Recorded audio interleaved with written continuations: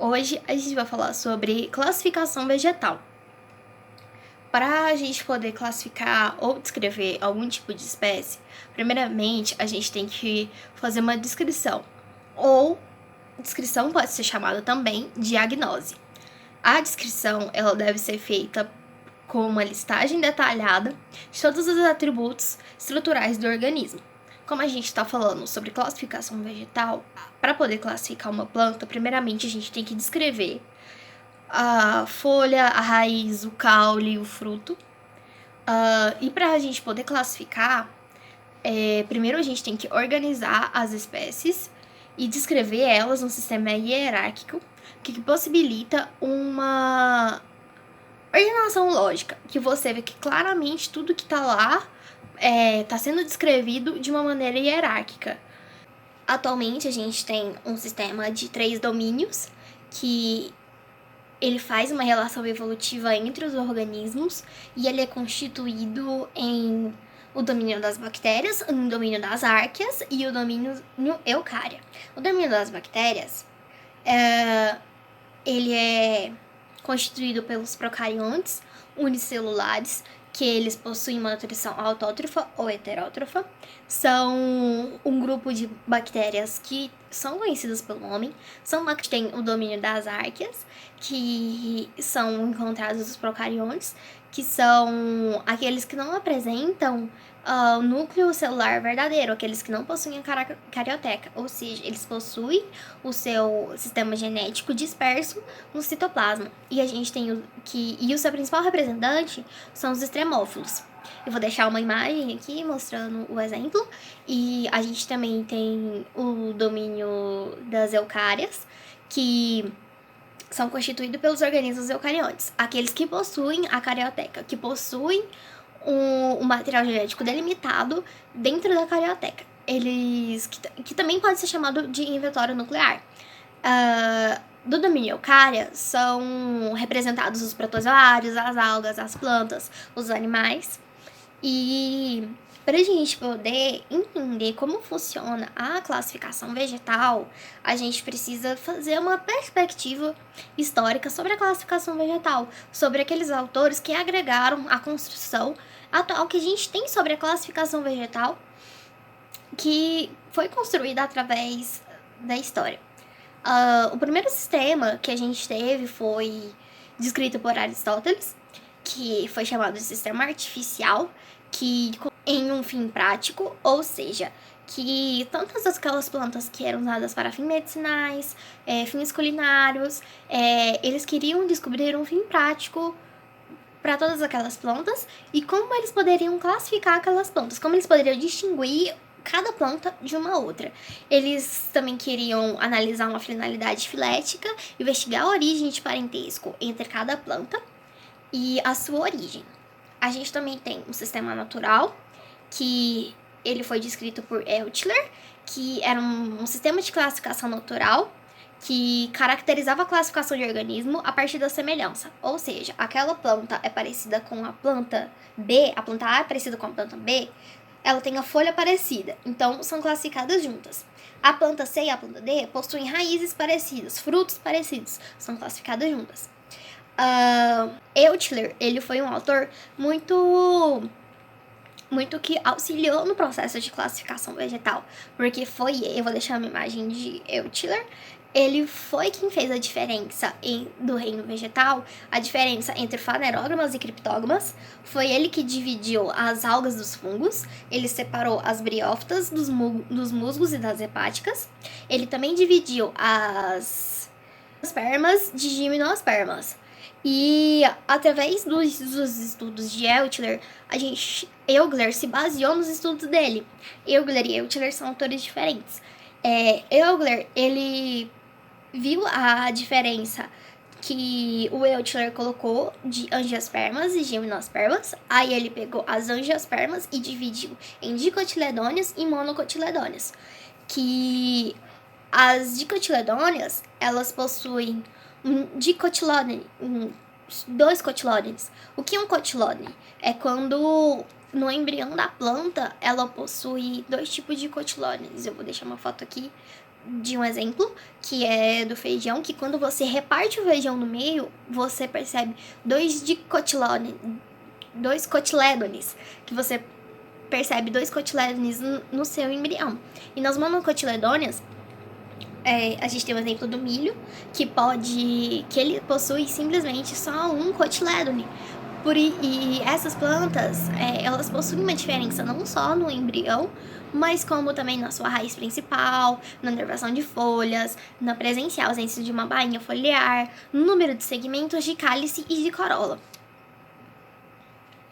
A gente também tem o sistema baseado em filogenia, que um dos principais autores foi Charles Darwin, que ele estudava a ancestralidade comum, que pode ser um elemento ordenador da diversidade, que ele estudava no sistema filogenético, que ele buscava saber a história da filogenia, o grau de parentesco de cada planta. A gente também tem o sistema da filogenia, da filogenética, ou cladismo, que a gente pode chamar, de Willy Hennig, que ele, na história evolutiva, a gente pode perceber uma ancestralidade e uma descendência. Foi onde começou a começar os estudos através de cladograma, que a gente pode classificar as plantas através de um cladograma. Eu vou deixar a imagem de um cladograma bem aqui. E pra gente pesquisar através de um cladograma, a gente é preciso levar em consideração o uso de uma característica monofilética. O que são características monofiléticas? O que é monofilia? Através do enfoque filogenético. Quando um grupo de organismos, um grupo monofilético, ele é baseado em um grupo de organismos que possuem um ancestral comum. E um grupo monofilético, ele também pode ser classificado como clados. Clados que pode dar origem à cladística. A cladística, que é um método de análise do cladograma.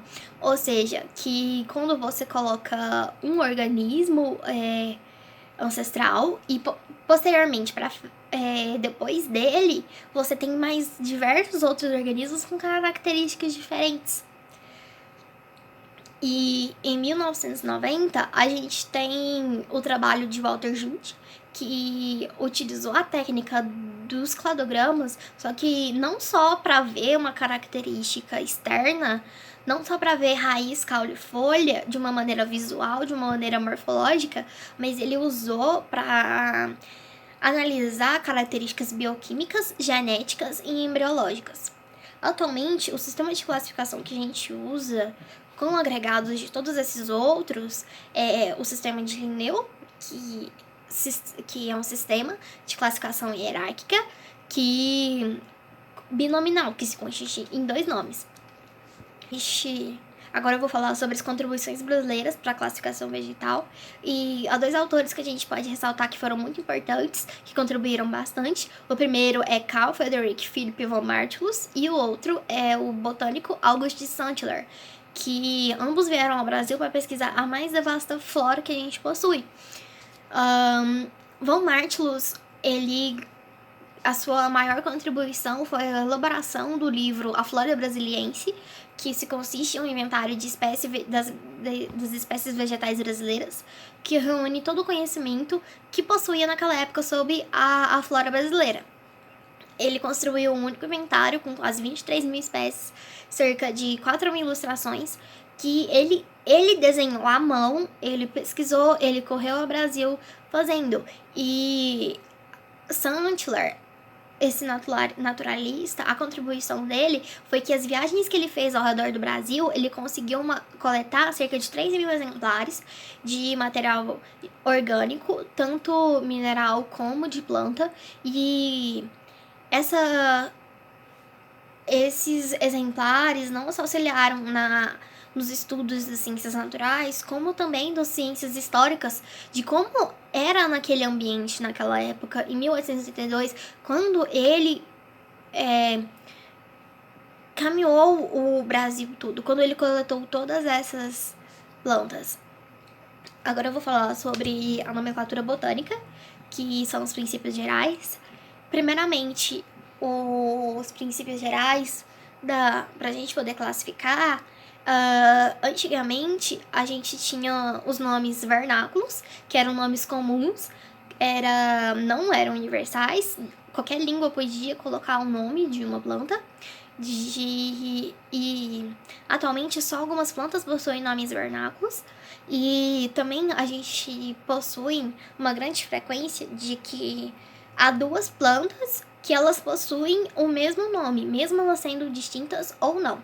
Um grande exemplo disso é a batata baroa, ou a batata salsa, ou a mandioquinha. Um outro exemplo que a gente pode dar, que eu vou deixar a imagem das duas aqui, que é da tangerina, da mexerica e da bergamota, que ela pode ser, que aqui no Brasil ela tem esses três nomes, mesmo sendo a mesma fruta.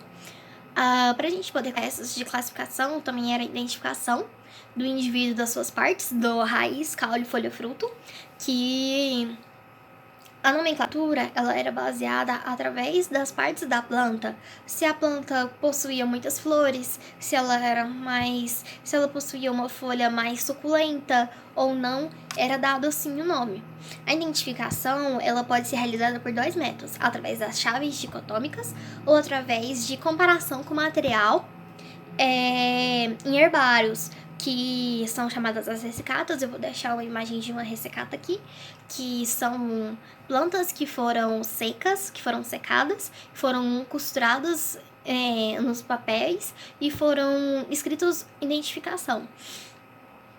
E você pode pegar uma ressecata e comparar com alguma outra planta e ver se já aquela planta já foi classificada e de qual classificação, qual nomenclatura ela se encaixa. No início da nomenclatura, na época pré-liniana, as plantas eram identificadas através de uma longa frase escrita em latim, o que era chamado de sistema polinominal. Mais de 3 nomes, e atualmente a gente usa o sistema binominal, que é constituído em 2 nomes, que ele também pode haver 3 nomes, porém, pode haver o nome do autor e dando vários tipos de nomenclatura diferente.